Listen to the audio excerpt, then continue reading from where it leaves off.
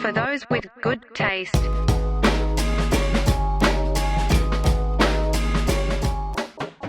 Welcome back, Tasties and Tastettes, to another episode of FTWGT Weekly. It's your boy Lenny, joined as always with my producer extraordinaire, Dante, and that dude, D33 Ray, on the ones and twos. What's up? He's that guy. And if you could take a 1, 2, 3, 4, 5 seconds to like, comment, share, and subscribe on the video down below, we would greatly appreciate that. Thank you so much in advance for your hospitality. We appreciate you so much. Guys, I wanted to kick off with a quick question, an icebreaker, if I could. Okay. It is the month of October. I wanted to know, if looking back in your lives, if there was a standout Halloween costume for you guys that you've worn. Yeah, I got one. What was it? I painted my entire body blue and I thought dressed you up. was going to say black. Yeah, I thought so too. Well. I was like, he's going there. I did dress up as Skeeter from Doug. Okay, so it's still kind of appropriation. Yeah, that's hilarious though, that you painted your whole body blue. Yeah. What, are you going for an Avatar thing? No, he told you Skeeter. Oh, Skeeter was blue. I see. It's Dave. Well, did your parents not tell you didn't have to do your whole body?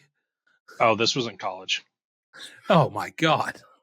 You still didn't have to do your whole body. Did you just dunk yourself in a pool of blue? Okay, paint? So no, it wasn't my whole body. Arms, legs, face, neck, like everything that was shown was blue. Did people recognize what you were? Yeah. Oh yeah. Big hit. I think it'd be funny if people just didn't know why they were like, is he the Blue Man Group? I had the whole the orange shirt, the Thunderbolt backwards hat, and everything. Yeah, it was all good. If they were like, is he the character from Big Fat Liar, starring Frankie Muniz? That's a reference nobody will understand. No, I watch my Disney Channel movies. Dante, how about you? I don't know. I've never really done like crazy Halloween costumes. I guess there was one time where I just ordered like full tactical gear and went out as a SWAT guy. But at the time I was still riding the T, and I remember being on the T and a ton of people being like, "Thank you for your service," and I was like, "Yeah." Funny story. So like I have like the OG Power Ranger when I was a little kid. I remember that was like my favorite one from childhood. Like college party wise, I did two different ones. I did like 70s basketball player with like the shortest of shorts, like a super, like my like junior high basketball jersey, and like a wig, like the poofy fucking wig. That was a good one. And then I did Green Man. Which they didn't have a suit that was like the appropriate size. It was a size too small. And I just remember that being super unflattering on my, on my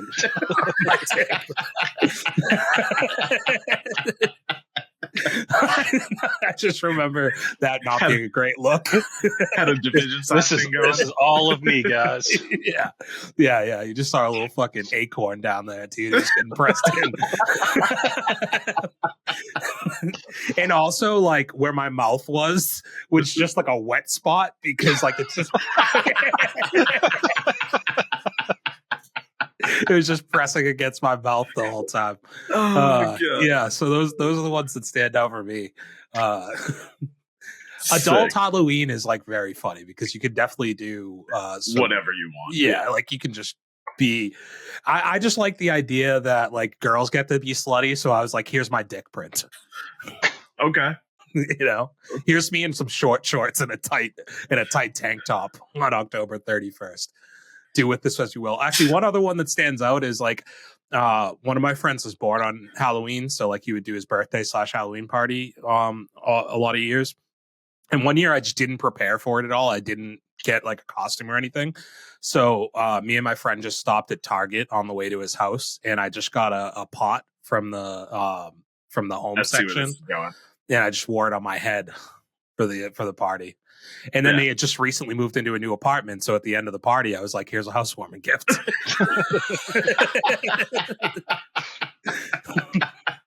Make all the pasta your heart desires.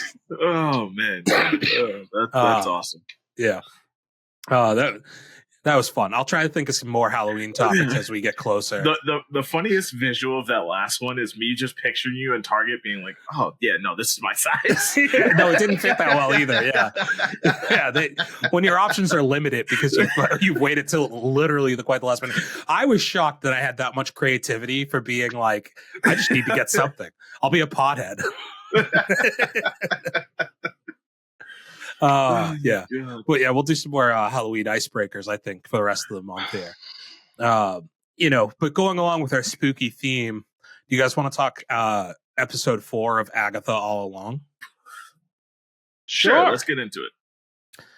So I think thinking back to last week, do you think our predictions are on track? I guess specifically speaking to the teen. Are we still feeling like he may be going in the direction of being a bad guy? Do we think he's something else now? We got an interesting tidbit from what is the Green Witch's name? Aubrey Plaza's character, Rio Vidal. Yeah, so the episode ends obviously with and we had talked a lot about the assumption that he is the son of Agatha. Right. And she's just like, he's not your son is basically the way we left off the end of that episode. How do you guys feel about our predictions off of this? Well, I still think he has some sort of tie to her son, whether he's I don't know, some depiction of him or something. I still think there's a link there that we're not fully getting. Well, her exact quote, I'm pretty sure, is "he's not yours," and that still doesn't necessarily mean that it's not her son. It's the fact that she doesn't have ownership over him if it is her son. So who has ownership over him? Does she? Or can he just be independent? I just think if that's the case, Dave, it's interesting wording because that would imply that she is somehow associated with with him, or with whoever he does belong to. Right. I know you were talking about getting her back, so I'm sure you were excited for that in this episode. Yeah. I thought she was a fun little addition. What do you guys think so far of the idea that it seems like each episode is kind of going to deal with the individual characters overcoming whatever their obstacle is outside of the road, right? So this episode dealing with the daughter of the rock star. Is the song played out already, do you think? I think I like the acapella version better.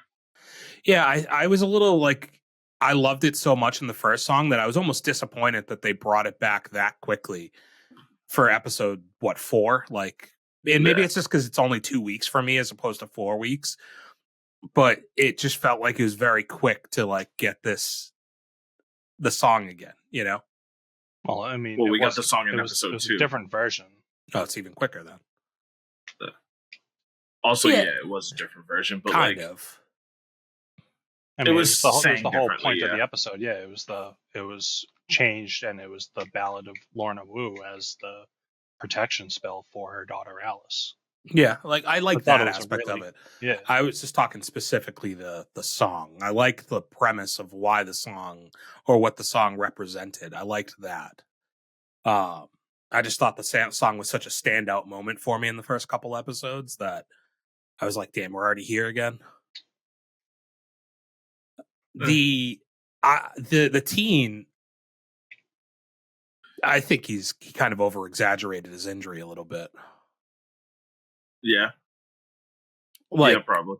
He took a little tiny cut to the belly, dude. All right, no, you got gashed, but come on, you don't know if it hit any major organs. I don't know, man. I've seen worse. Yeah. Have you experienced worse? Because you sound like you're talking from experience. Oh, I've experienced worse, but no, I just don't think that. I don't know. I just think he's playing it up for attention. I think he's bummed out that he's the one with no magic down there, and he was like, I need to get people to watch me a little bit more. Like, and he just played that up. Okay. I think we got our confirmation of the relationship though between Aubrey Plaza and Catherine Hahn, right? Yeah, that was hot. Yeah. Okay, Dante. Down, boy. Whoa there, whoa. Chill out. These are some, like 500-year-old a lot of ladies. tension there. Yeah, I don't mind their age, dude. I'm into mature women. Number, yeah. Every once in a while I click on the mature category. That can go both ways, man. See Careful. what's what. Let me put it this way: those old dogs probably got a lot of tricks, especially those dogs. Yeah. It is weird you're calling them bitches, though. I didn't say that. Well, what else would you call an old female dog? By their name. Respectfully.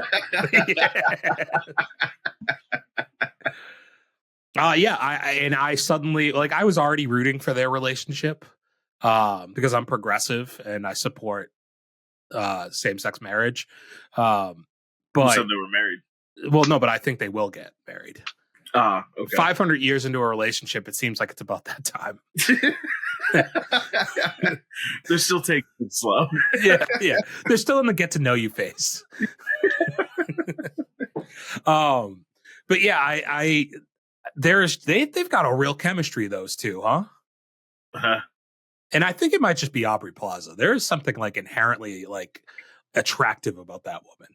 And it's not like necessarily her looks. I think it's just like the way she carries herself. I can see that. Yeah, I don't know. Yeah, she definitely has an aura about her. Yeah, she's got riz. She's got hella riz. Well, where do we see this progressing now? Like, Dave, what do you think? Since you're the expert on the podcast on all things Agatha. Yeah. We call you the all things Agatha expert. Where do you see this going? I mean, so obviously we still have some more trials. You have, I don't know Patti LuPone's character's name, but I think Gilda. I think it's Gilda the Good Witch. Sure. I mean, essentially, I think that is what's going to be played out in this next episode.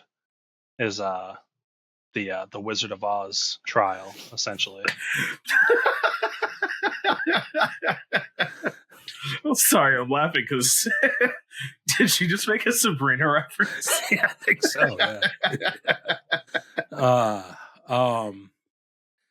Yeah. Sorry. So we have a Wizard of Oz one. Yeah, I think it's going to be like Patti LuPone's character's trial, and it looks like it's going to be playing on like Wicked. Like who the fuck is Patti LuPone, dude? The clairvoyant, right? Yeah. The old woman? Yeah. Okay. I guess they're all old if they're 500. So what do you think they're going to try and like, they're going to do something around her not being able to see like foresee the future? Honestly, I'm not sure. I think it's going to play on, she's been the one bringing up a lot of like criticisms of how witches are viewed based on pop culture. So it looks like she's getting an episode next week where like it's turning them all into pop culture witches. So Sabrina might actually be in this. Maybe. Maybe they turned the teen into what's Salem? Was that the? That'd be really funny. Yeah, that'd be really funny. I'd like that. Give me some Melissa Joan Hart on here. Well, I was gonna say if she shows up, like I'll mark out big time for that, dude. Or what is it Binks from Hocus Pocus? Oh, I have no idea. I think that's the cat's name in Hocus Pocus is Binks. I'd be into that too. Okay. No, Salem's better, but yeah. Speaking of Salem, if one of these trials isn't the Salem witch trials, they've really missed an easy opportunity, correct? Well, I mean, that could be like Agatha's trial, potentially. They're like dunking her in water over and over again, and she's got to get out. I was picturing more like burned at the stakes, but yeah. That's far more brutal. We could do that, I guess. I don't know how she gets out of that one. Which trial did you like more so far, the first or the second? The second. I'm team first. I think the first one too. I like the idea of the house underwater was really cool. I thought that was super unique, and then I liked that they all had like visions of like, you know, what their fears are, because I also think from a story perspective it gave you a better idea of what's coming forward for the characters, right? Yeah. So I think you got obviously like the doctor scene with the potion girl, and like kind of find out like how she lost her power. You had like the really freak out clairvoyant one where it was like the old lady, like her mother or her master or something like that. And then Alice freaking out with her mother. Yeah, no, I think it was kind of giving you a lot of good exposition and backstory into every character. Where this current trial was kind of just, all right, they were in the house, boom, they were cursed, and then hey, let's play a song. Yeah, I did like. I just like the song. I like the scene with Agatha, and the Aubrey Plaza name is too complicated for me to remember. But like Rio? Well, you had like two part Rio. What? Didn't you say something else? Vidal. Yeah, that's a lot. When Agatha does the like presses the button so that everybody can hear her in the other room, like I like that. Button. I like that like kind of set up, you know, like we already don't trust this character. Like on top of the fact that Agatha clearly doesn't trust her and didn't want her there, now the rest of them all kind of, you know, are weary of her. I like more. I do have another name that you can call her if you want to get a spoiler. Mace Windu. Okay, what do you want to call her? Do you guys want to? You guys want to hear the spoiler of like where her character is going? I don't know. Ask the audience. All right, guys, how do you feel? Drop a comment down below. Right. We're not. He's going to do reading that till like next week, but yeah. So online, I guess it's not necessarily online, but it's being shared online that her character name has been spoiled by Funko Pop. And they do that a lot, don't they? So they were releasing some Funko Pops for Agatha, and on the back is like, hey, here are the other Funko Pops in this line, and it shows Aubrey Plaza's character as Lady Death. Inform us, Dave. What does that do? What does that mean? What is that character all about? So I mean, she's kind of like a pseudo like Grim Reaper type character. She's been in a whole bunch of different comics, having different relationships with like Thanos, Deadpool. And good guy, bad guy, not a good guy, I assume, with the name. I don't really think good. I think she just plays a role that's obviously just heavily influenced in death and carrying dead souls. So does that mean when she says that he's not yours, do you think that means that she is saying that the teen is going to die and that it belongs to her? I mean, I'm not too sure on that, but I do know like when you have the scene where like they lay him out and like pull up his shirt and see the stab wound, like you see a visibly like upset and like sad Agatha, whose first response upon seeing this is to look at Rio and be like, don't do it. And like Rio kind of like steps back. Huh. I like that scene a lot, by the way. Like as far as like little subtle character growth, and I guess it's not subtle because it's like she's forefront of camera, but you know, like it's I guess subtle in the sense that it's not said aloud, you know, but just like the actions of she's trying so hard to act like she doesn't care about any of this, and she very visibly cares about the teen. Yeah, and I like that scene of talking about it not being her son is letting like, because we're not the only ones talking about like that being kind of what it felt like off of those couple episodes, like speaking for the audience a little bit, and not just like leaving it as this thing of like, is it still is like a question, but at least we know that like there's a payoff coming to it, so I liked that a lot. I liked that I think that was the standout part of the episode for me. While I thought that he was kind of hamming it up a little bit, I liked that. I liked that it led to that scene. He's just trying too hard to die, dude. Like, let's be honest, Like, whatever, dude. It's just a flesh wound. You'll be all right. Yeah, suck it up, buddy. We're on the fucking road, bro.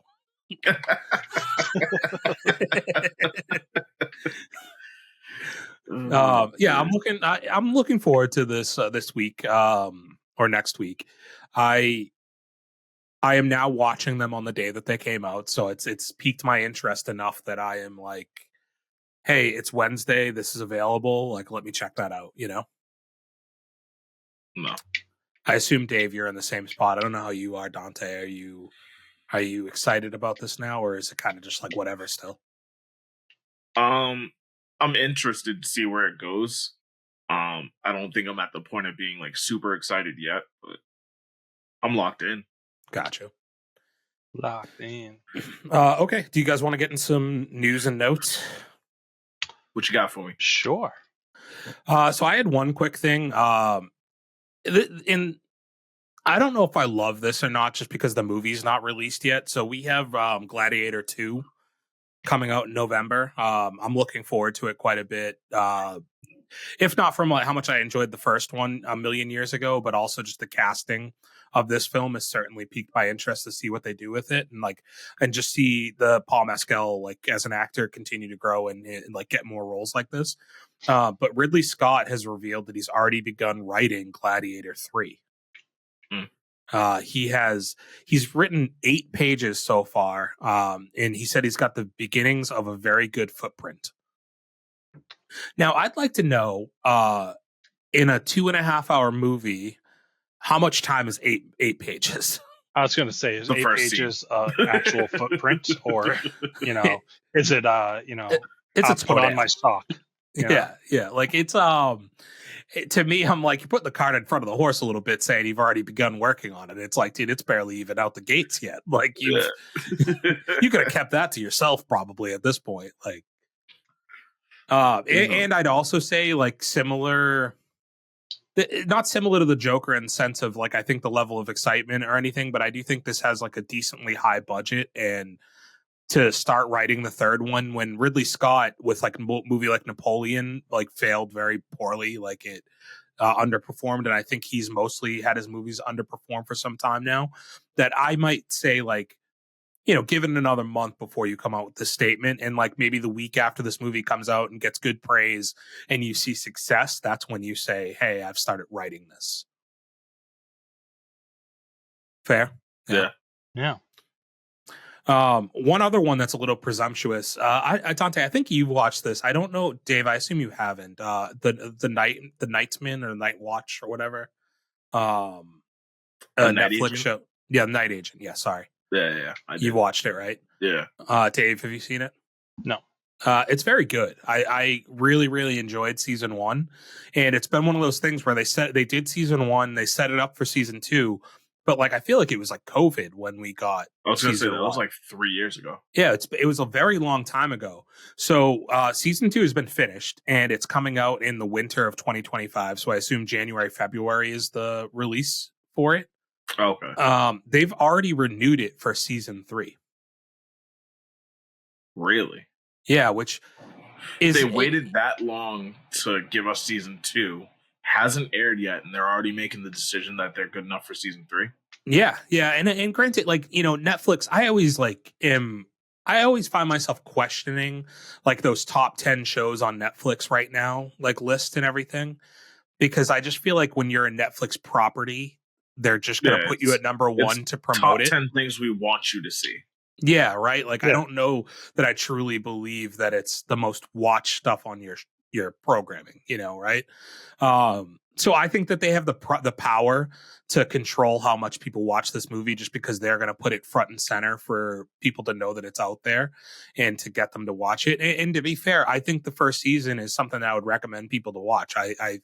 It exceeded my expectations for a show that isn't like actors that are really recognizable or anything, and I think it did really well for what it had. And I'm looking forward to season 2, but yeah, a little presumptuous to already have season 3 ready to go when you've taken this long to get people to season 2.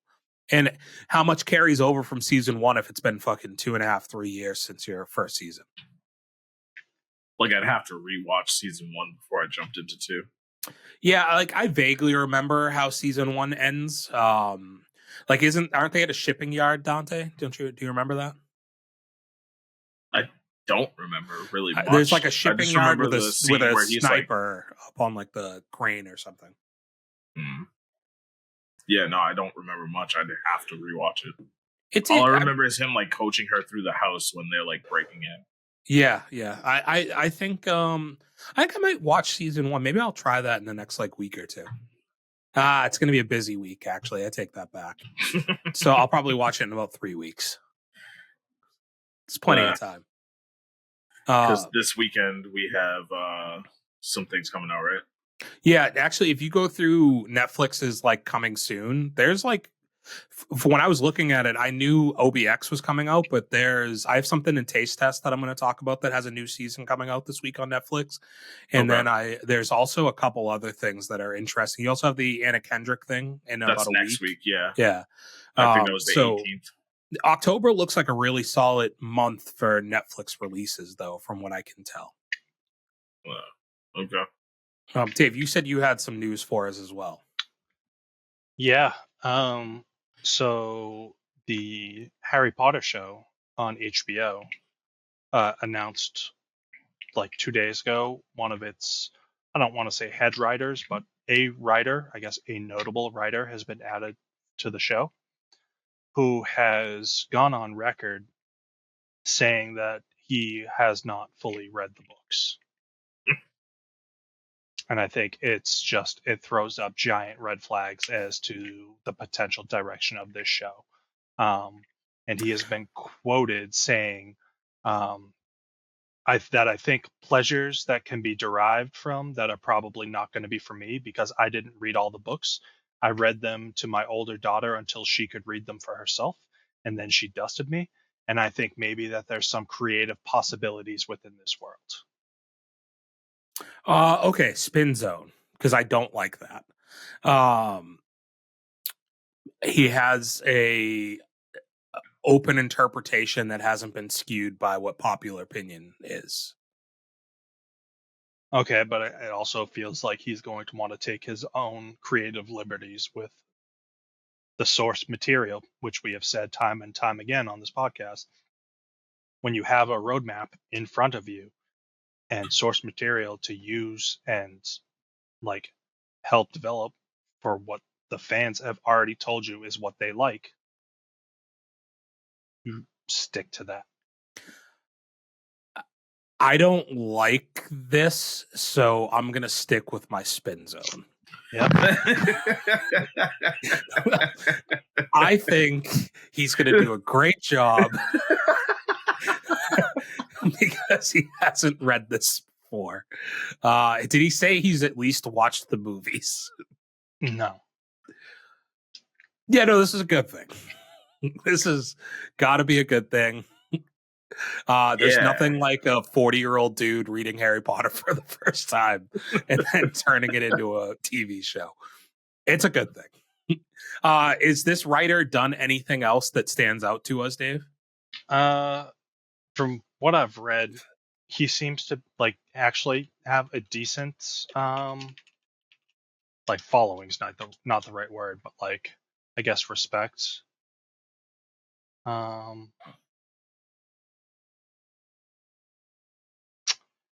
mean, he worked on Legion, which was pretty good. The movie with Paul Bettany? No, the show. Actually, bummer. His IMDb page is tiny. He's a writer on 2 projects and a producer on 3. No, he was a producer on 2. It's not the size of the IMDb page. It's the motion in the Hollywood. Yeah, it's the motion that you have in Hollywood to get cast onto a major production like Harry Potter. He's more of a novel. He's a book writer. Oh, Dave, this is a good thing. So he's just going to rewrite what he thinks Harry Potter should be. That's great, right? No way, Dante. He wouldn't do that. He's going to respect what the writer wrote. How? When he hasn't read it. And he's going to be like, this was just like really well done. I'm going to stick to the script that I've got. We shall see. If he fucks with Harry, dude, I'm putting a lightning bolt on his fucking forehead. Oh man. That's if I'm being transparent for a moment, it's alarming. I think everything about this pre-production process for Harry Potter has thrown up red flags. Just starting with the fact that we probably didn't need to do this. But let's be honest, at least for me, I'm gonna watch it anyways. And yeah, maybe I'll be upset about it, but that's just good content, baby. Okay. You have any other news for us, Dave? Yeah. So it was also shared out last week that Activision Blizzard reportedly had an Overwatch series in development with Netflix that ended up being canceled due to a lawsuit over Netflix poaching an executive from Blizzard. Huh. So the series was going to be so good that they were like, we'll just use this guy for ourselves. Yeah. How do you feel about that being our resident Overwatch guy, Dave? Would you have liked a series? Yeah. I mean, when this game started, it had such an attentive and caring development team that worked on obviously character designs, backstories, skills, and whatnot.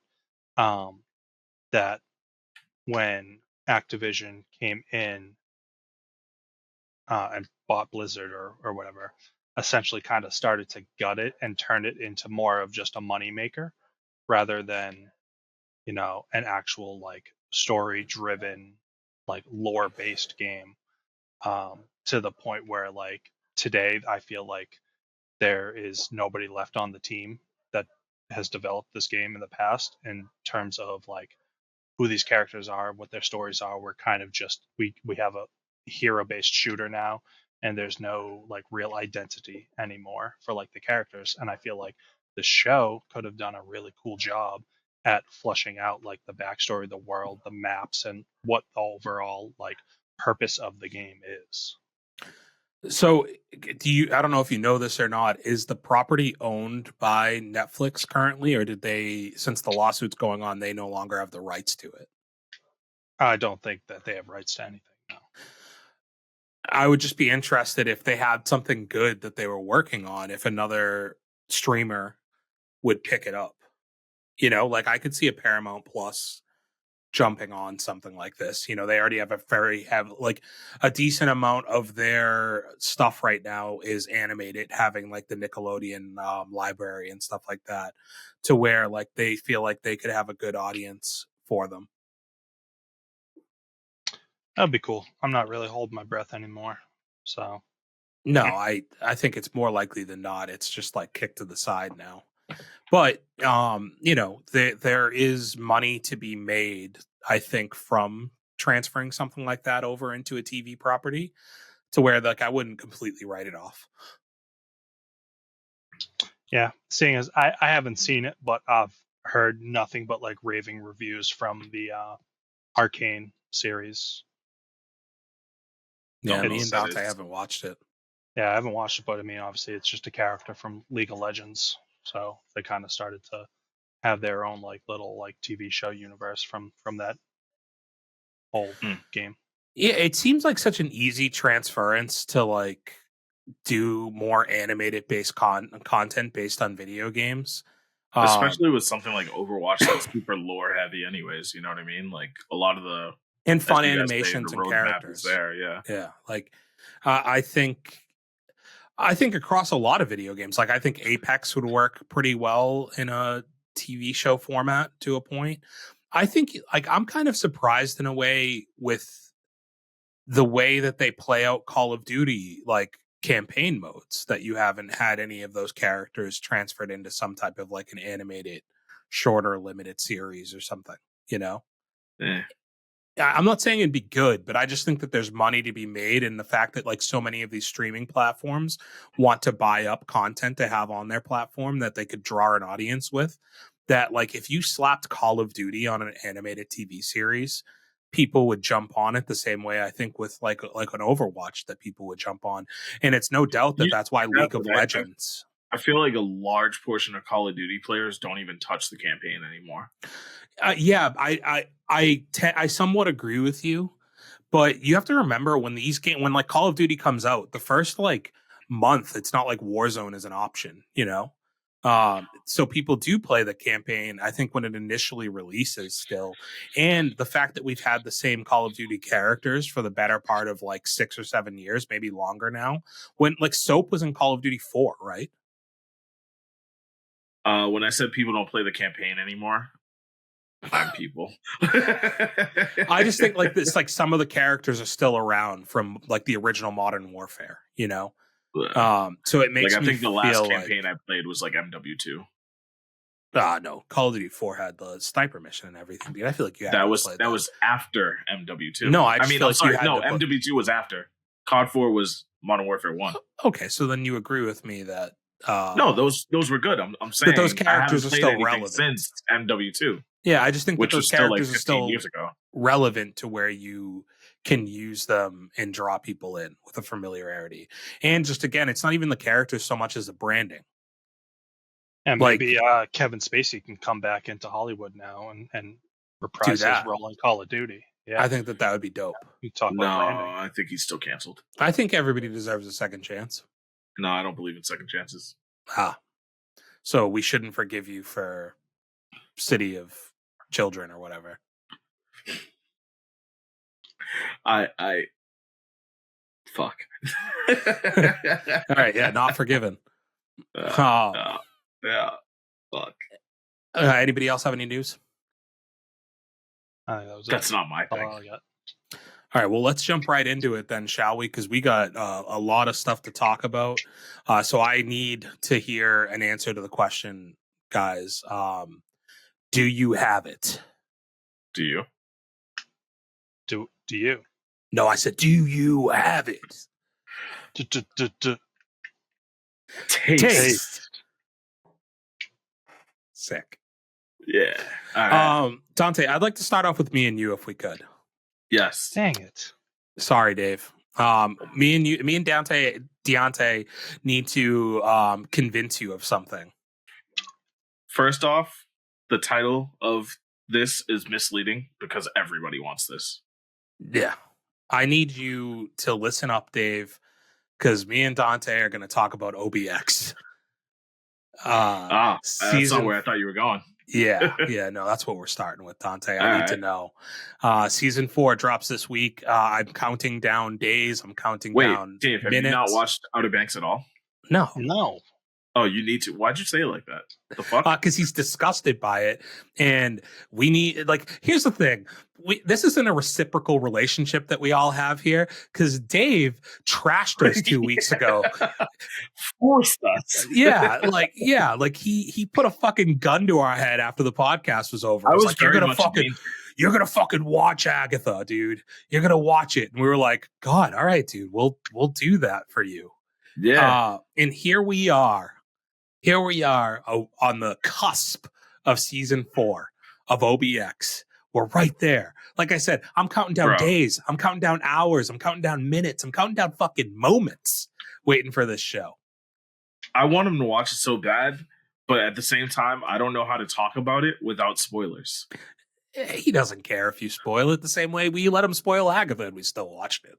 Yeah, I don't think anything that you're gonna say is gonna like even remain up here. Okay. I don't get it, dude. It's fantastic. Dude. I don't know. It's just hot people on a beach. No, it's Indiana Jones. Yeah, treasure hunting, dude. It's fucking Indiana Jones. It's not hot people on a beach. This is the misconception that you have, Dave. It has everything. It has adventure. It has love. It has comedy. It's what you want. It has action. It's got fucking JJ. It's got Key. Yeah. It's got Pope. It's got John B. Dude. Whatever, Dave. You had to be there. I do just really. I want to kill the misconception. This isn't like One Tree Hill or The Outer Banks. I mean, like the OC or like any of those shows. It's not like. It's not just like hot people drama shit. Like it is. It has that, but it is an adventure in a treasure hunting show. And it's very much more focused on the treasure hunting than the hot people. Well, it's hot people treasure hunting. Yeah. Stop, all right? Lenny, I'm trying to sell it. But like hot people should not be a negative. That's not a negative connotation. There are hot people everywhere. Dude, they just find a whole bunch of lost treasure. It's fucking awesome, dude. Like the first 2 seasons, it's like treasure I never heard of. And then season 3 was like, whoa, holy shit. This is what happened? They top this? Yes. They get there and I was like, how do they top this? And then they end the last episode of season 3 with being like, oh, there's an even bigger treasure we can find. And I was like, oh my God. Yes. Yes. All right. So Dante, you had watched season 1 and then you hadn't watched season 2 or 3 till this week. So I first want to double back to something because I love the beginning of season 2 when they think like John B and Sarah are no longer there. Like I loved the whole build up through the first like 3 or 4 episodes of like us being like, I can't wait till the Pogues are back together. Can I just make a quick side note? Yeah. There's so much traveling in seasons 2 and 3 that all I could think while watching it was if we're still doing Beyond the Banks, I don't think it's in the budget to keep me on scene. Yeah. We had to pull you back. We would have put you in front of a green screen.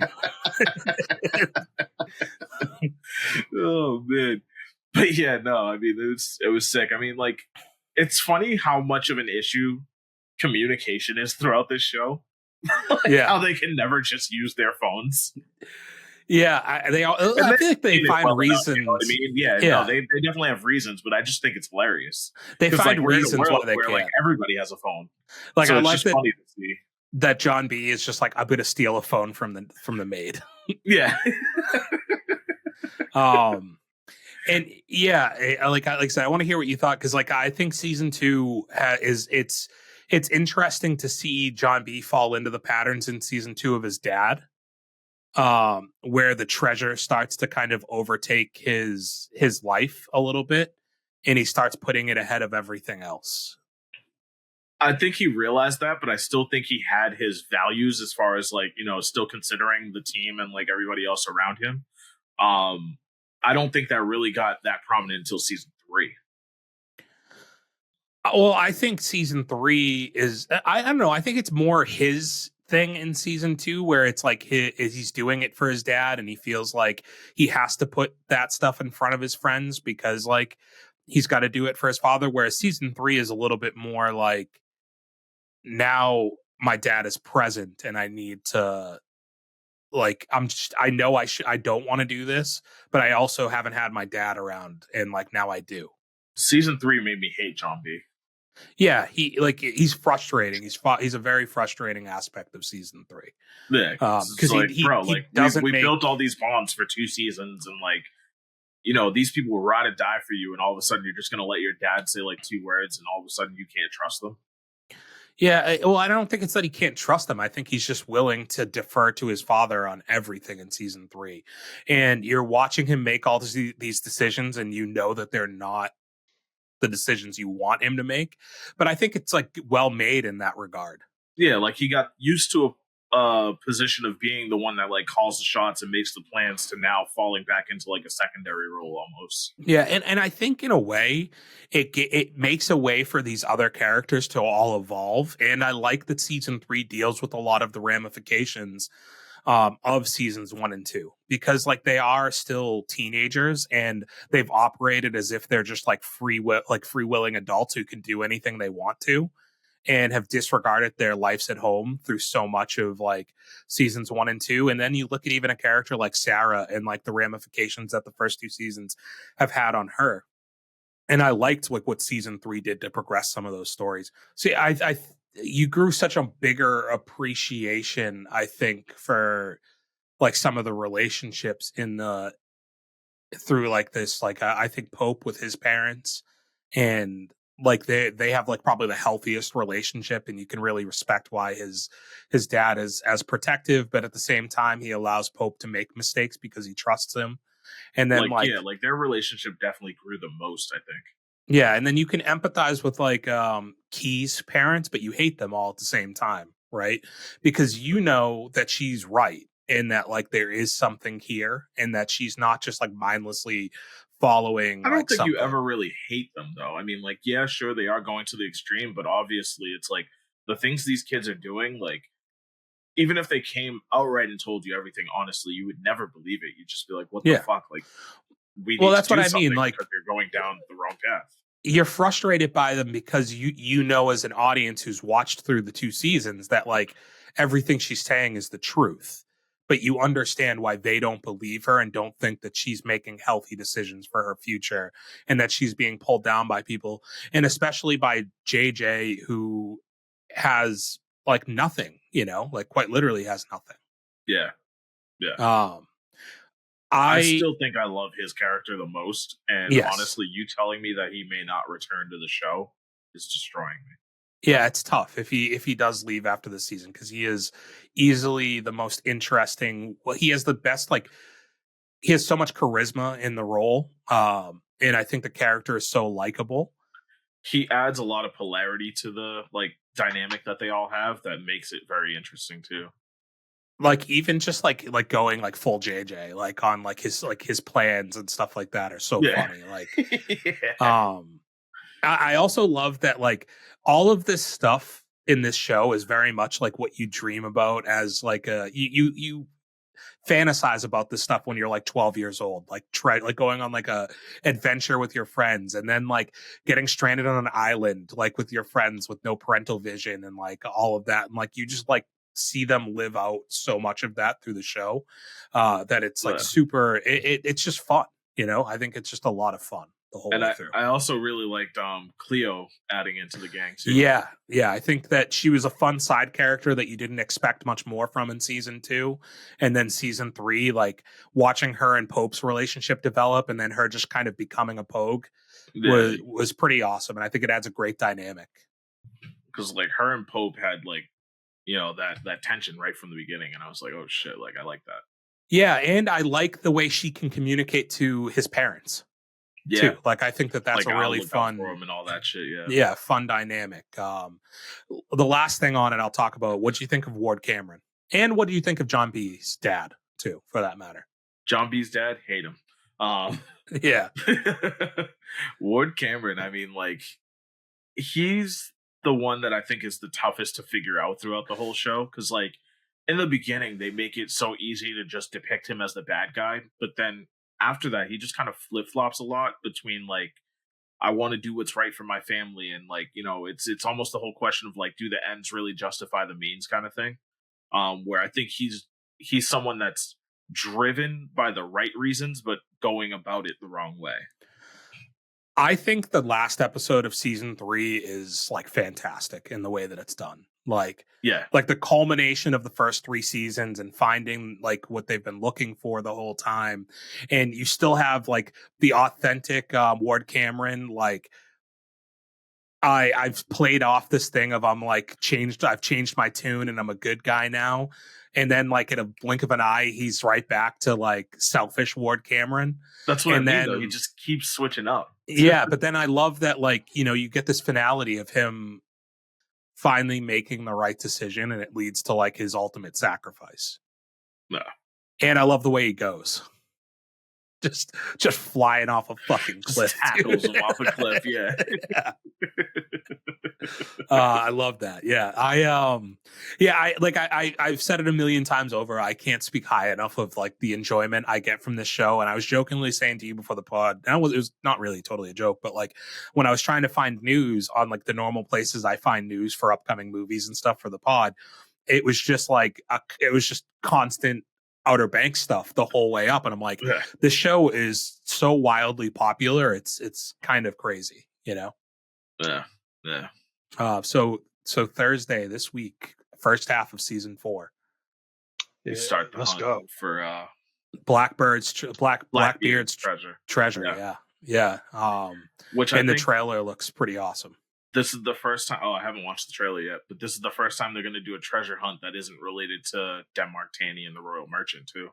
Yeah, and it like, I mean, I can kind of short form the trailer for you. It's so like they've got the money. It's like 18 months after the end of season 3, and they've opened like a surf shop. But I think things are leading to like money starts to kind of run dry a little bit. And they finally have to take up that guy on his offer. Okay. And it leads to whatever, you know, whatever is to come. Huh. I'd love to see. I like the progression of Rafe's character too. You know what I mean? And I'd love to see where he fits into kind of intersecting with this next treasure hunt too. The promotional stuff for this that I've seen for this season he's very heavily involved. Okay. And it seems like there was a thing about like they were asking the cast of all the guys like what scenes they like to do the most, and he was like the scenes that I get to do with you guys, because for the first 3 seasons we barely did like stuff together. Like we very rarely had scenes with each other. So it seems like this season I was reading that like it's a lot more about his like maturation as a character. I think you're going to see him more of like a integral part of the upcoming season. He's also, from a Hollywood standpoint, he has a movie out that's coming out that's getting like rave reviews. I can't remember the name of it now, but he's in like a gay relationship in a new movie, and people are like super high on it. For his performance in particular, people are really, really high on. You also had him in that rom-com that we watched, right, Dante? Which rom-com? The one with the girl where he gets a concussion and the girl goes on vacation with him. Yeah. Was he in that? Yeah, he's the main guy. Oh shit, yeah. I knew. Yeah. All right. Do you have his IMDb up in front of you? Pulling it now. I had to find out what his name is. Drew Starkey. I hate that name. Yeah. So yeah, whatever his newest movie is, like he is getting like a ton of buzz for. Is the movie called Queer? Yes. Okay. Yeah. Wasn't Love, Simon also a LGBT movie? Because yes. I guess he was in that too. It's crazy. I mean, I guess it goes to speak to this show's popularity. You see what Madeline Klein's kind of evolved into, and then like an actor like him, Rudy, whatever, who plays JJ, is, you know, his career's growing as well. I'm starting to see Madison Bailey, who plays Key, popping up in more stuff, and like John B's had his roles as well. So like everybody's kind of growing, which then makes you think like you can see where the end of the show could be at some point on the horizon as they all continue to grow in star power and get more offers. It just gets harder and harder to plan these things and get everybody together, I feel like.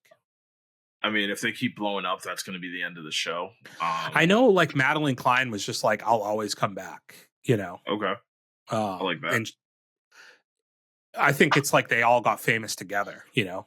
Because, like, honestly, like, what this show does really well, and the thing, like, we always, like, critique on, like, other, like, movies or TV shows is, like, the character progression is very real. Like, you actually see change in the characters and, like, you know, through the decisions they make and who they become and how their, you know, their personalities evolve, I think is all very fun. Yeah, and I think you root for all the characters. Yeah, like everybody plays their role kind of perfectly. I wouldn't say you root for all the characters, right? But like, I mean, like rooting for like Rafe Cameron, but I'm definitely intrigued to like see his story. That's what know what I mean? Yeah, that's what I mean. Like they all play their role so well that like you're bought into it. Yeah, because I mean, like for a while, like they just show the progression of like Rafe just going further and further off the deep end. Then he kind of reels it back when he like stops the hit. Yeah, and so like I feel like at that point you almost start to see a lot more of like Ward Cameron and Rafe Cameron. You know what I mean? Yeah, where he's kind of dealing with the idea of like, yeah, should I be good? Should I be bad? And he's a little bit more like. Which I mean, the thing that always drove him was like he was looking for his dad's approval. He was looking at walk in his dad's footsteps. So like it only makes sense that's like the progression of it, but you don't always see it going that way. Yeah, you know what I mean. There was opportunities in season 3 where he could have gone the total opposite, like and just gone complete bad guy, and he kind of pulls himself back from it. Yeah.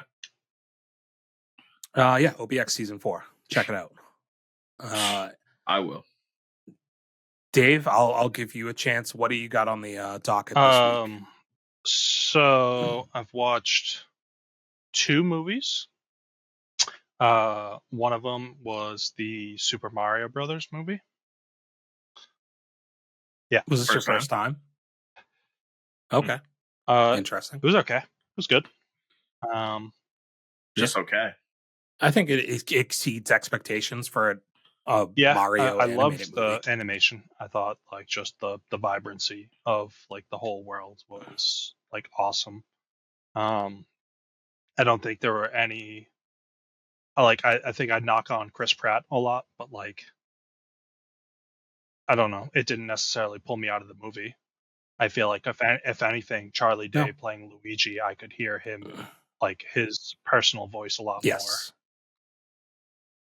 He's totally Charlie Day,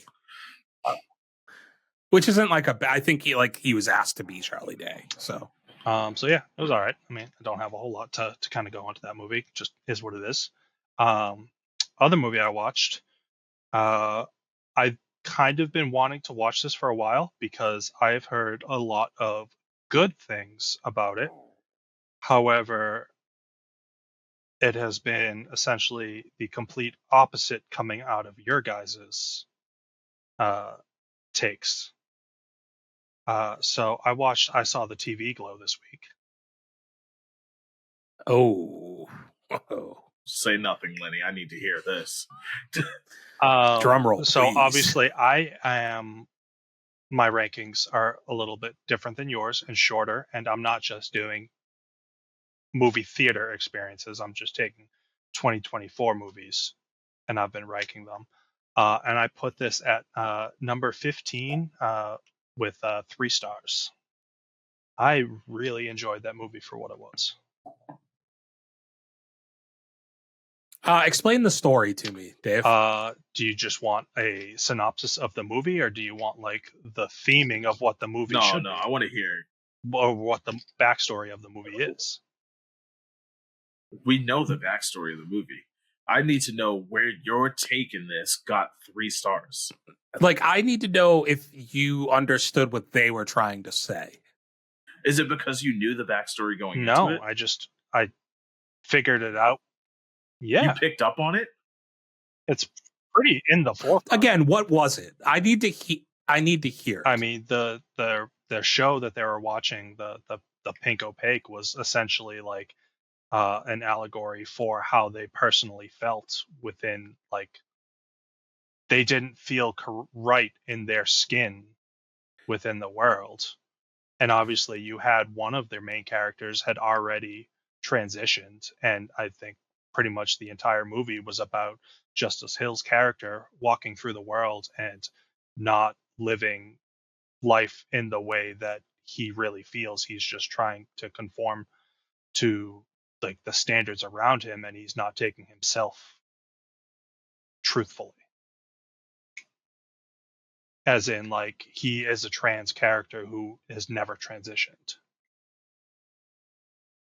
I didn't get that from watching it. I had to read it after for the movie to make sense. It still didn't make sense. I mean, so like there's the scene obviously where like they're sitting on like the bleachers, and like he talks about how just like he feels completely empty inside. He doesn't know who he is. Like there's like definitely something wrong with him in terms of like he doesn't think that he can be attracted to anybody because he doesn't know who he is. And then there's that could just be true, but depression. then to me, I think like there was just the camera work of one particular scene. I think so. They're in the high school, and he's talking about like, oh hey, I haven't seen her in quite a while, but she left me a note saying, hey, I have a VHS tape of like this episode, like I'm gonna leave it in the photo room or dark room or whatever, come pick it up. And it's just this really long scene of him just like very slowly and depressedly like walking through the school. And then you get to this one hallway where it's incredibly bright.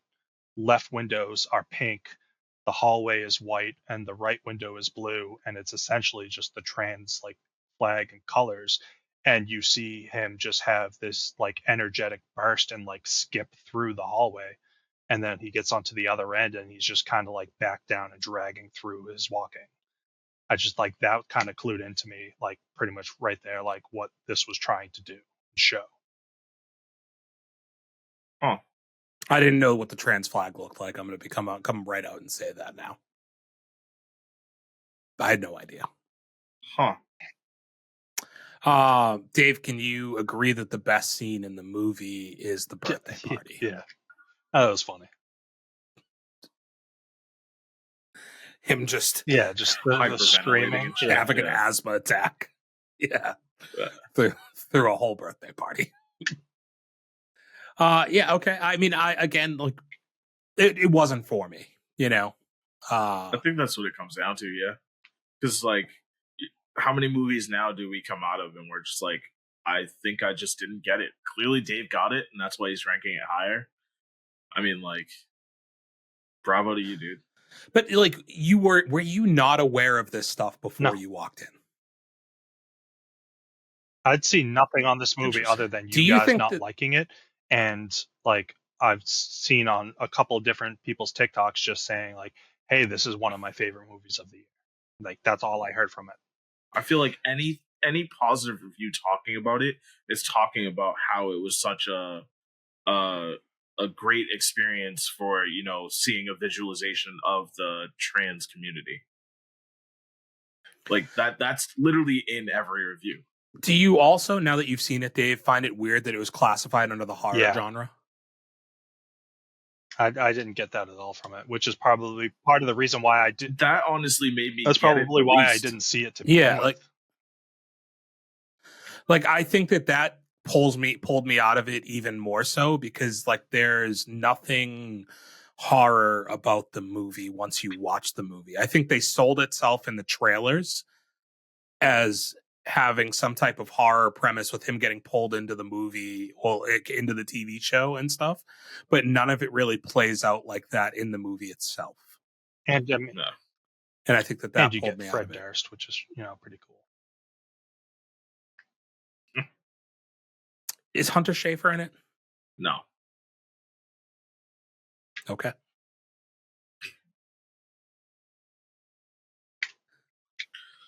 All right. Who plays the girl again? I think I looked it up once. Might be like her name's Brigitte or something. I don't know. Brigitte. Last name Jones. Does she have a diary? Bridget Lundy Payne. Got it. Yeah. Well, maybe we have to revisit it. I don't know. I never wanted to see it ever again, but maybe I'll have different eyes this time. It's still crazy. You gave it 3 stars and you have it all the way down at 15, and you said you have 20 movies on the list, right? Oh, 25. Okay. Still seems kind of low.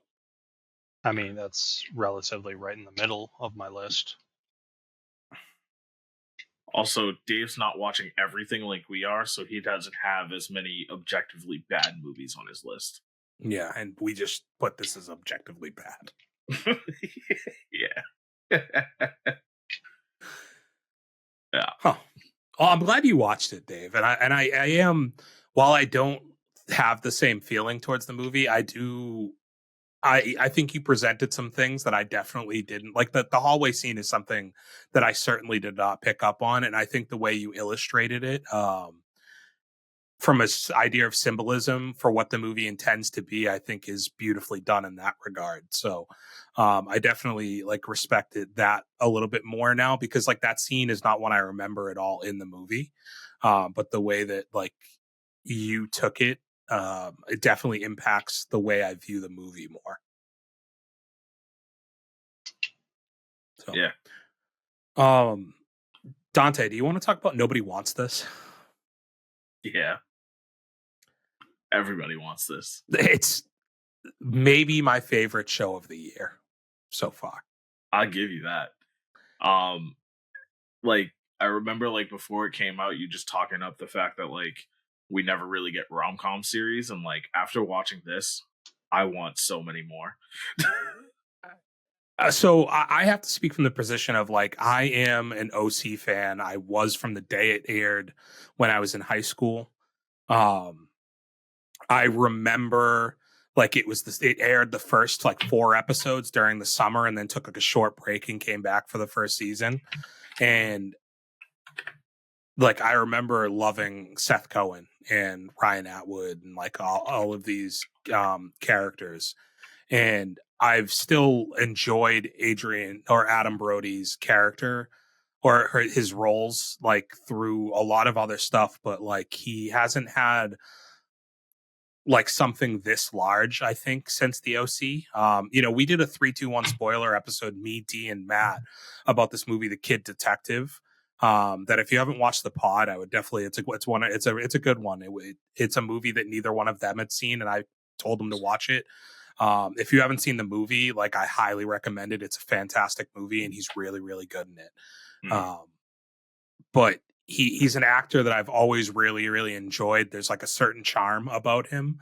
And I think you get so much of like what made him wildly popular during the OC days transfers over into this movie. And you've gotten people who have watched the OC and now watch the show and are like, this is basically the adult version of the character that he played in that show. Like, it's very easy to see them line up with the way the roles are played. And then Kristen Bell, again, another person who had a wildly successful TV show and has done a lot of different roles that I don't think has ever met the level of popularity that she got from playing Veronica Mars. Eleanor Shellstrop is so to see them both. one too. It's a good place. What's that from? Fair enough. Yeah. Okay. I only watched like the first season of that show, but it is very good. It's a very good place. But the two of them are so fucking good. And like the build up to their relationship and then that fucking kiss is the most incredible like TV show kiss I think I've ever seen before. Yeah. She got pregnant from it, Dave. Okay. I mean, like, for like rom-coms to be a hit, you really do need strong chemistry, and this has that in spades. Like, it's sparks are flying everywhere, you know what I mean? Like, I think it hits on so many things too. Like, I think both characters are so well developed. Like, they both have their own strong stories behind them, and I think you have like also like good side characters with the brother and the sister, and even the mom. And like it leads to these like moments that are so perfect in like the rom-com element of like the awkwardness between the side characters and the idea like when they're at the bar in like the second episode and the wife pulls up outside of the bar or even the relationship hysterical. Between her sister and his brother, like like exactly like the way that kind of builds throughout the show and leaves you these questions of like, is he gonna cheat at some point in here? Is I think like where you're left like feeling through a lot of it. Like I don't know. I just found myself like I started watching it and I couldn't stop. I watched the whole thing in one night. Like I just had to keep going. Which made me regret that I started at like 10:30 at night. Yeah, dude, I was definitely up to like 5 a.m. Watching it, very similar to you. And I also regretted it because like it was just over, you know? Like I want it more. Like I wanted to see where the story continues to progress. Yeah, because like now you get that whole like realization that it's like, fuck, this just came out. How long is it going to be for season 2? Yeah, I mean, fortunately, it's not a show that's reliant on like action or anything like that, to where like it doesn't take that long to produce and come out with another season. But you're probably a year away. Yeah, from another season of this, and I think that the way it was projected was a limited series too. So like it's definitely set up stuff. They didn't tie up all the storylines. Like you're still left with the brother and the sisters, like relationship is not resolved yet. The stuff of him sharing like secrets from the wife and like where that's going to go and play out on their end of stuff. Like I think there's still a lot of like meat left on the bone that they have from season 1. But yeah, like I just think that like they were able to hit so many different tones with this first season, and like Adam Brody, like to me, just comes off like such a fucking star with the way he performs through like this whole show. Like his charisma is just like unmatched in that role. Yeah. I didn't know how interesting the premise would be, but it actually made for a really good show too. Like, you know, she does a sex podcast, and then it's essentially Call Her Daddy. I've never listened to it, but yeah, it's just like it's very reference to it at some they point. do. They talk about Call Her Daddy in it, which is interesting because like it's very much her podcast is mirrored off of like the whole idea with Call Her Daddy was that it was like a very sex positive podcast, like when it started. And then Alex Cooper, when she left and did it took the podcast on her own, has transitioned it more into like a life advice podcast, and like very much how Kristen Bell's character is like, I just don't want to be solely like a sex podcast. I want to like do more. I want it to be more than what it is. Like, I just think it was very much heavily influenced by that. Okay. And then obviously his character ideals of being like a rabbi and how judgmental like that community is towards letting people from the outside in, and like how that affects him and how something he strived for his whole life, and now the one person he feels like he's meant to be with is not a part of that community and is essentially being like not allowed into it, and like how that impacts his end of stuff. And like I think that there's a lot of interesting storylines that come with it. Yeah. This is loosely based on like the true story of like, I guess the creator of the series. That's like her like real life thing. Like she fell in love with a rabbi and converted to be with him and stuff. And like, so where you see how this ends the first season with her deciding she's not ready to convert, that very much feels like there needs to be a second season. Yeah, well, and like him doing like the ultimate like rom-com waiting for her at the car. yeah like she gets on the bus, you're waiting for him to get on the bus, like, and they do the thing with like the little kid or whatever getting on the bus with her, and her disappointment, and you're like, damn, they're just gonna leave this first season with them like not being together, and like him just waiting as the bus pulls away on like the opposite side is like the perfect thing, and him just being like, we'll figure it out, you know. Yeah, can't say enough like positive things. Like I think I want to watch it again, in all honesty. Yeah. This was a fun return to Netflix for me, definitely. Yeah, I think you've picked a good month to get back on Netflix. Yeah. I don't think they've confirmed this season 2 yet, but it's almost guaranteed. Yeah. Like, unless there's some controversy that comes, or like an actor doesn't want to sign back on for a season 2, I don't think there's a way you don't get a season 2 with the popularity. I think this is done like very well. Yeah. I'm interested to hear, Dante, you talked about your movie experience this week, and I'm interested to hear what went wrong. So I feel like we do this whole back and forth thing with the Letterboxd list, or I don't feel like, I know we do, right? Yeah. you look at my list, I look at yours, and yesterday I woke up with the realization that I forgot to add my 2 movies to the list that I had seen up until that point, being Joker and what else did I watch that day? I might have only seen Joker that day. Yeah, that's what it was. And then I watched 3 other movies yesterday. But only having been Joker, so I was like, damn, I only have 1, and I feel like Lenny's going to pad his numbers and probably did like another like 4 or 5. So I was like, I need to figure out what I'm going to go watch. So I lined up on Framingham and went to see Whitebird, A Different Man, and then Screen Unseen, which turned out to be Exhibiting Forgiveness. So Whitebird, I had no interest in. Whitebird was actually the best of the 3. Yeah, you have found this year, I think, that you really like movies like that.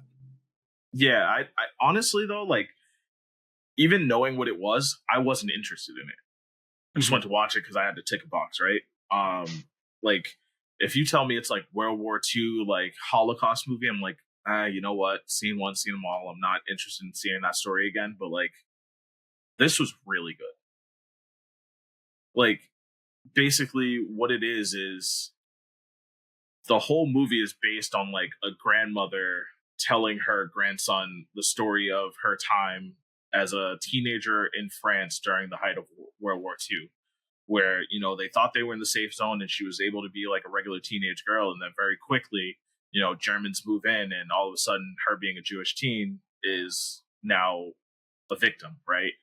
And so like, there was like a raid in her school where they were coming to collect all like the Jewish students, and like she escapes, and you know there's this kid that has polio that they used to make fun of that actually helps her escape and hides her out in his like family's barn, and like him and her his family like take care of her, and he comes and visits her every night, and like that's like her like grasp to sanity is like her visits with him, and they eventually like fall in love. And like the whole point of the grandmother telling the son the story is because he was having a little bit of trouble in school or whatever, and she was trying to give him a lesson on like humanity and being nice to others. Where that's not like the highlight of the movie, it's more in her actual story. They just kind of use that as a device to get her to tell the story to set up the movie. Yeah. Which her narrating over it at certain points definitely, I think, adds to it. But it was really good. And I think you talk about like a movie making you feel something, like this extracted tears from me towards the end. So like, I think that's where I was like, fuck, like, no, that's good. Yeah, that's huge. Yeah. And then after that, I watched A Different Man, which Sebastian Stan movie. Oh. Yeah. Yeah. Honestly, I think if you've seen the trailer, you've seen the movie. You don't need to watch this. Yeah. Like, the movie didn't really expand or throw any twists and turns beyond what I got from the trailer, to the point where it was like, I just don't think I like dark comedies, maybe. I don't know. Like, it just wasn't for me. Yeah, it wasn't funny. No, not at all. And then, yeah, if it's not funny, then you've got to have some type of an emotional feeling for it to be a good movie. You don't really get that either, right? Like, you know, it's the whole thing where it's like he has like this like disfigured face, and then, you know, goes through some experimental procedure to get his face looking normal and thinking that it's going to better his life. But then, you know, this other guy with disfigured face kind of swoops in and shows him like what he could have had, and as he's losing everything because he's losing himself, because he's no longer humble. And it's like, I get the whole message behind that, but I just don't think they really drove it home. So I didn't get a ton of payoff from the story. I didn't get any comedy. And like, it was just, okay, cool. I watched it. Yeah. And then the last one I haven't heard of. I hadn't either. So Screen Unseen, usually you can just pop in on Reddit and kind of see what's coming. And this one, they were kind of all over the place on it, so I had no idea what it was going to be. But this wasn't even one of the guesses I read. I thought we live in a time when it might have been what it was going to be. So that was one of the more popular guesses, but what ended up debunking it was that they were doing the pre-screenings. Like you said, they had one on Saturday, and the whole point of Screen Unseen is they've never shown it before. So like the fact that it had already played in an AMC means it couldn't have been a screen unseen. Okay. So this movie, Exhibiting Forgiveness, is, I don't want to say like it's a bad movie. I think it was actually decent. I think it was a little bit too much drama, maybe, and maybe a little too artsy almost. Because basically, it's the story of this guy. He's a painter, and you quickly uncover that he had like some sort of traumatic past. Like he wakes up in like night terrors, like shaking or like swinging from his sleep. And it's uncovered that it's basically his past with his father that he hasn't seen in a long time. Like his father had like was very abusive or whatever, and he's still really close with his mother, and his mother like makes up some whole story about how she needs to like move, and she needs him to come down and help her like pack up and get out of the house. But later you find out it's all a ploy that she like created because she realized she's sick and doesn't have much time left, that she wants to get him to reconnect with his father. And so that's where the whole like title Exhibiting Forgiveness comes from, is like they're trying to get him to reconnect with his father and find a way to forgive him, but his father was like a crackhead and like used to like beat him, and like it's, I think one of the cool things this movie does, and one of the reasons I would say it's good and maybe gained half a star for me, is the fact that I feel like a lot of movies that do this kind of thing always make the path to forgiveness look too easy. But like in the end of this movie, like he never fully forgives him, right? Like it's like there was a line where he said something along the lines of, I've gotten to a point where I can forgive you for the past, but I will not give you the future. The future is mine. And like they kind of still like break off. So it's like almost like, all right, cool, you're good for what you've done, but I still don't want to continue a relationship with you. Yeah, like so, like yeah, I that makes sense, right? Like I can accept what has happened, and I don't want to hold that hatred in my heart, but that doesn't mean that I have to keep a spot open for you to be here and present. Yeah. And so like I think that clue kind of what made the movie feel strong for me, in the sense of like, okay, I get the story you're trying to tell. But there was a lot of things that like remove you from the story like throughout it, where they try to, again, like I said in the beginning, be a little too artsy. Like he's a painter, and some of his paintings are like, him and his brothers from the old neighborhood, or like just like scenes you've seen around the old neighborhood.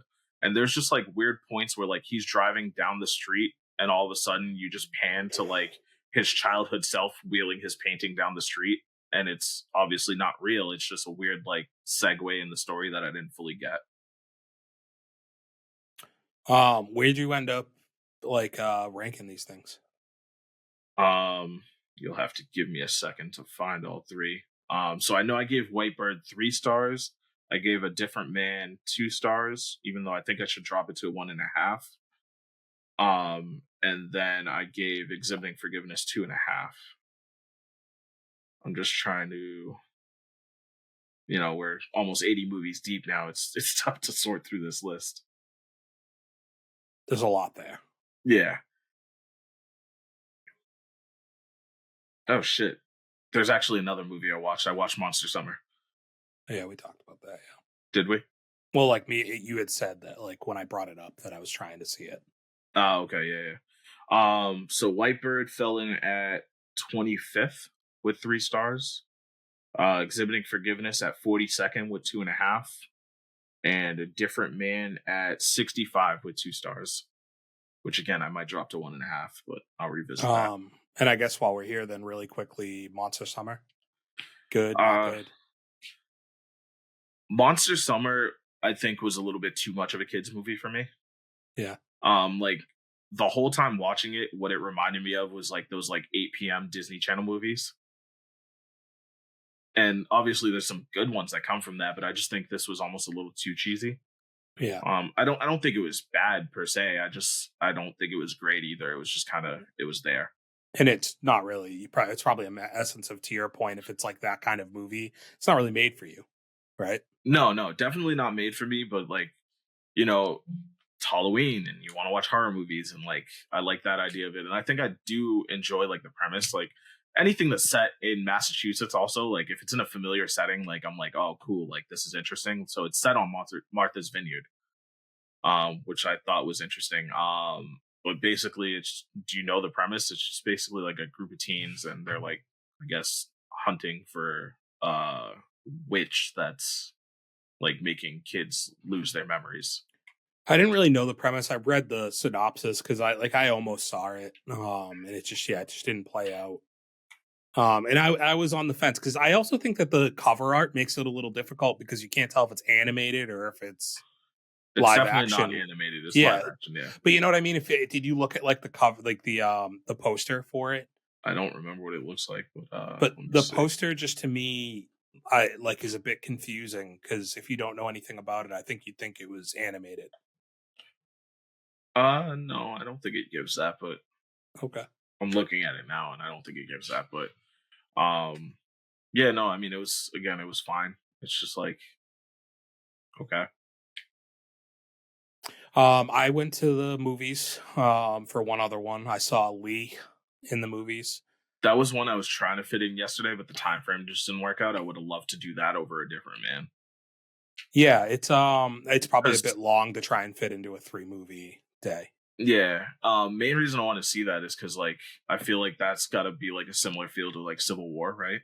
Yeah, I mean, so that's what's really interesting is like the character in Civil War's name is Lee, named after Lee Miller. Exactly. This movie's about Lee Miller, so essentially you find out the history of that character that she's named after in Civil War. It's very good. I think it's a super interesting character that and it's a person that I definitely knew nothing about. So getting to learn about the character was fun. It's Kate Winslet and it's told in a way that's kind of similar. Like it had Titanic vibes. Like in the sense that in Titanic, it's older version of the character telling the story from the ship. Like this is older Kate Winslet and like prosthetics, telling the story to the guy from Challengers. One of the 2 guys from Challengers is in it. And she's telling him the story of her doing photography in the war and like how she ended up doing that and how she was like a model and an actress. And she like, you start the movie at this like beautiful house on like the side of a hill on the ocean, at this like nice dinner where for some reason at the dinner, they just like immediately walk up and she takes her shirt off and it's like a topless meal. But it's like life is like lavish and like fun, and she meets her husband, who is played by the dude from True Blood, one of the Skarsgård brothers, Alex Skarsgård. And his job is he does the camouflage that they're using in World War II. So he like works on like paint and stuff like that to try and get and blend into environments. And she decides she's always been a really good photographer and she decides that she wants to try and take photos in the war. And it's at a time where women weren't allowed in like active combat. And she fights her way to be allowed to be like first they send her to an area that's supposed to be like peaceful.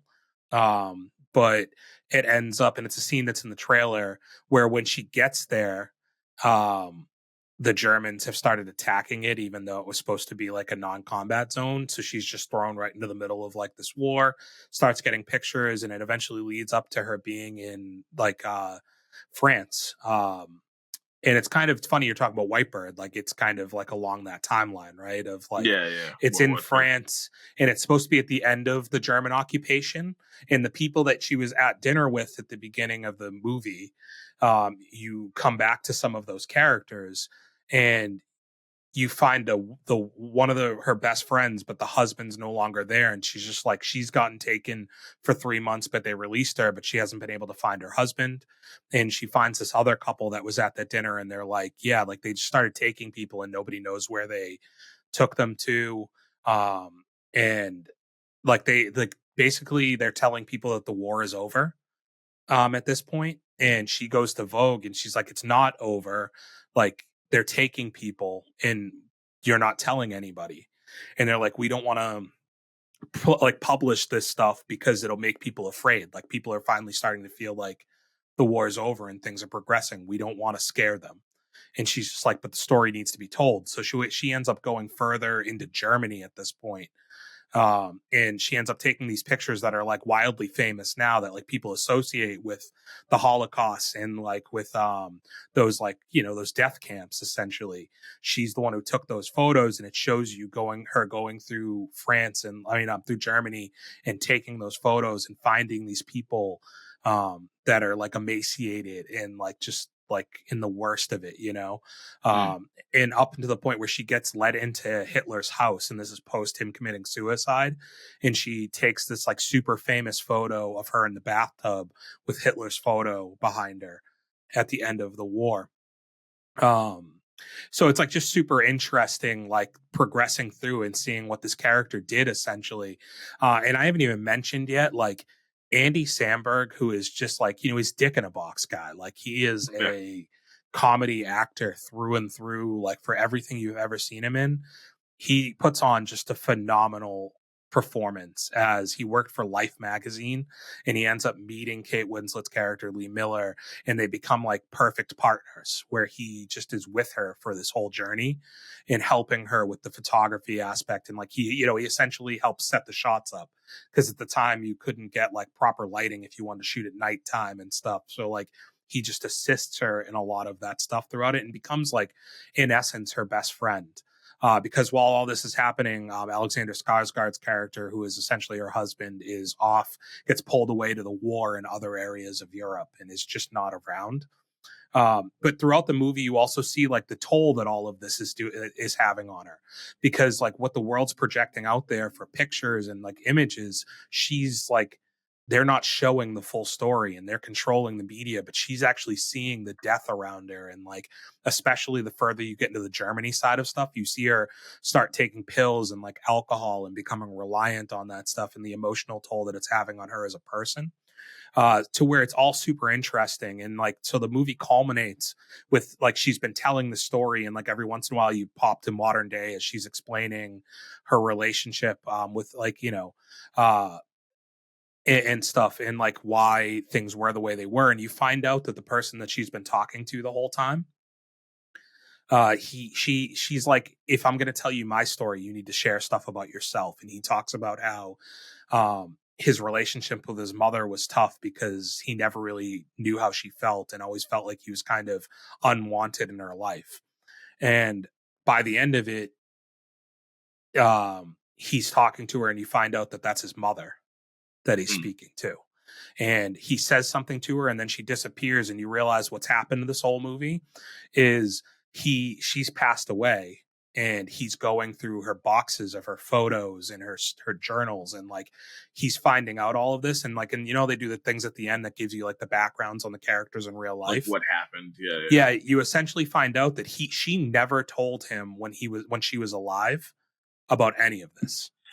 Like he basically went his whole life like you know, wondering what was wrong with him and why his mother was the way that she was. So like the realization they drive you to at the end is, you know, how powerful the pictures are in telling the story, pretty much. Yeah, like it was just like, for him, he didn't know his mother was just like a hero. Like she like pushed forward like gender roles and like what women could do, and like being allowed to do this stuff, but also like what lengths she went to make sure the world knew what was going on. And like he didn't find any of this out until after she died. And so it's just like, it's a very powerful movie, I thought, and Kate Winslet was really good. And I think Andy Samberg was by far like the standout for me, because you just didn't know what you were going to get from him in like a serious role. And I thought he was very, very good in it. I think I ended up giving it 3 stars. I'll have to check this one out, because that definitely sounds like something I would enjoy. And I mean, I wanted to watch it anyways. But if you like that, I think you should check out Whiteberg. Yeah. You know? I don't think I added it to my list yet, actually. No, so I'll have to figure out where I rank it, but I'm pretty sure I'm going to give it 3 stars. You know, it's like, it's not an action-packed movie by any means. You have to be bought in to the but if it tells a good story, I'm locked in. You know what I mean? Yeah, and I think it does that. I think it tells it's an interesting journey, and the visuals and everything are really solid. Um, and I was definitely bought into the movie itself. So Dave has left us. Peace out, D-Ray. We'll miss you. I'll take this moment to tell you I watched something else on Netflix that you told me to watch that I don't think I should have. Oh, sick. Okay, what was it?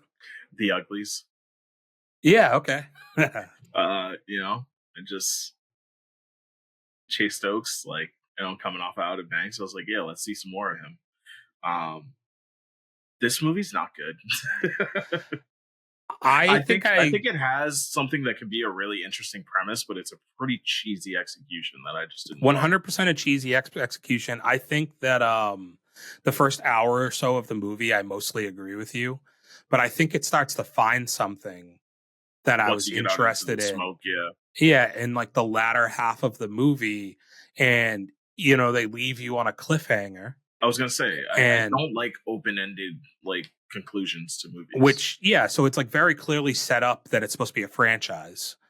And I just worry that the movie's not good enough that we're going to get a second one. So I would have liked some more finality. I like that she decides to just sacrifice herself to go get the surgery in order to long-term take down. Yeah, but then they show you at the end, she looks down and she kept the scar on her hand. So you're supposed to believe she's still herself. Well, yeah. And I think that's where it's I'm interested in seeing where they take the story. Now she's got to integrate in, but it's she's still who it's kind of like the Wild Robot, right? The idea that they get that the robot gets taken and they think that they're going to take his memories, but he secretly is still him, or she is secretly herself still, right? Yeah. I think that it's kind of similar here where I'm but now I wish you could have just made the movie 30 minutes longer and I could have seen how this played out. Instead, I've got to get to a whole other movie that we might not get.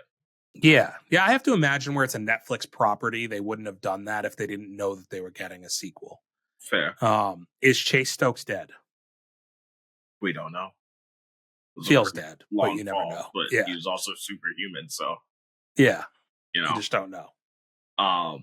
Also, the Uglies are all still pretty people. So I know that's the other issue with this is you're not Chase Stokes is a beautiful person,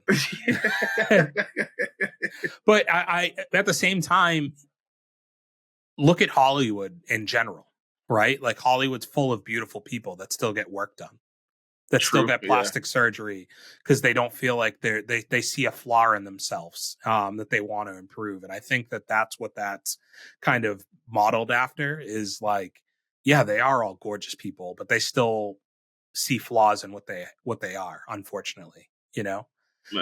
And I think that's kind of the whole message from the smoke side of stuff is there's nothing to cure here. You're curing something that doesn't exist. Yeah. And you're using it as a way to control the people, right? Yeah.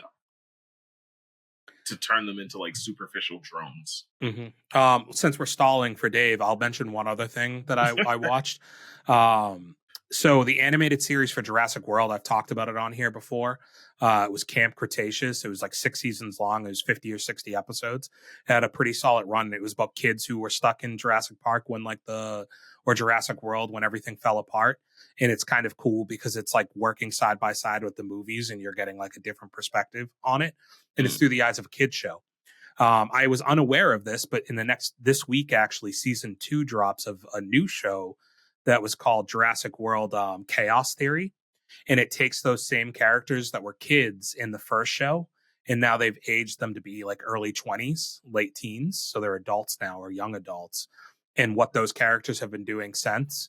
So I binged actually all 10 episodes last night of the first season, and on the same day as Outer Banks, season 2 of this show drops. So if you're just looking for a background animated kind of whatever show to throw on. I've told people before, like the initial show, Camp Cretaceous, is like really, really good. And I think that this show carries along with it and even surprises me in some ways because it's a show that's rated Y7, so young, like youth, like 7-year-olds and up. But like there's deaths in it, and I was like really surprised by that. And like you don't see like the person to it off screen type thing. Well, like for like one of them is like a person in a truck, and like you see his hand dangling out of the bottom of the truck, so you know the character is dead. Or like there's another scene, like a cartoon style death kind of thing. You know, like, or there's like a scene where there's 3 raptors that are being controlled by this woman that are being sent to attack the kids. And there's a scene where the 3 raptors attack this guy, and you see him pinned on the ground with like the raptor's like claw on its head, like holding him down to the ground. So you know what's about to happen. And then like off screen, you hear him like yell and die, you know? So like, I was just surprised that like they included characters being able, like, you know, like dying from these dinosaurs in this show that's made for, you know, 7 and up. Yeah, that makes sense. But yeah, I think it's a fun, easy watch that like, it's like the episodes are only like 25 minutes long. Like I was able to blow through them really quickly. And I, you know, of course, you know, when you're binging stuff like that late at night, you're kind of like, they're this short and I have 3 or 4 episodes left. Like you start doing the math and you're like, oh, one more episode. Yeah. If I finish the season, like it'll only be such and such time. You know? By the end of the episode, I was kind of beat. Or at the end of the season, I was kind of beat. But at the same time, I like hit the pause button to see how much time I had left. And it was like 10 minutes left in the last episode. I was like, you're almost there. Like keep pushing, you know, because I was going through the coming soon on Netflix, like I was saying. And I came across the trailer for season 2, and I was like, I didn't even really know there was a season 1 of this show. And I was like, oh, it's all the same characters. It's not like different. It's not a whole new story. Like that's interesting. Doing this big time jump to them being adults. And the whole idea is like they got famous because there's 6 children who survived on an island with dinosaurs that everybody else abandoned. And they ended up taking down like an organization that was kind of running some of that stuff. So to see like what their characters kind of did after that was cool. Interesting. I think we've lost Dave for good. Yeah, I was gonna say I think we're done stalling for him. Like he's not with us no more. Let us know if we missed anything. Like we talked about, we're super excited. We got Outer Banks this week. I've got the new Jurassic World coming up. You should definitely watch Nobody Wants This if you haven't yet. Nothing too exciting in the movie theaters. They're still doing limited releases for the Florence Pugh, Andrew Garfield movie.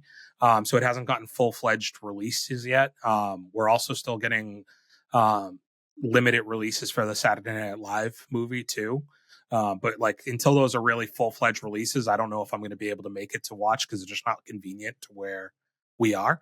But those are ones, if I can make it, I'm going to definitely go out of my way to see it. I'm excited for both of those. You have anything else you're looking forward to? I can't think of anything else.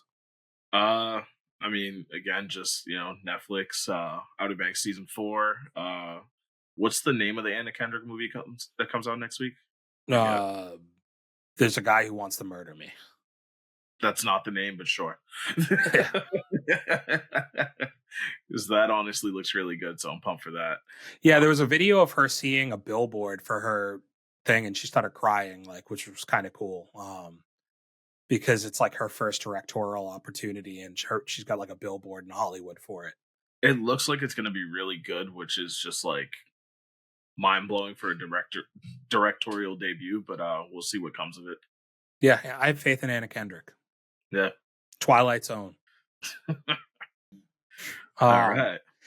But until next week, ladies and gentlemen, tasties and tastettes, we bid you follow, do like, comment, share, subscribe. Till next week, we will see you. Peace. Ready, Dante? Hit him with it. Bang! Bang! For those with good taste. The fuck? Did you see like the Borat gun? Yes. Very nice, very nice.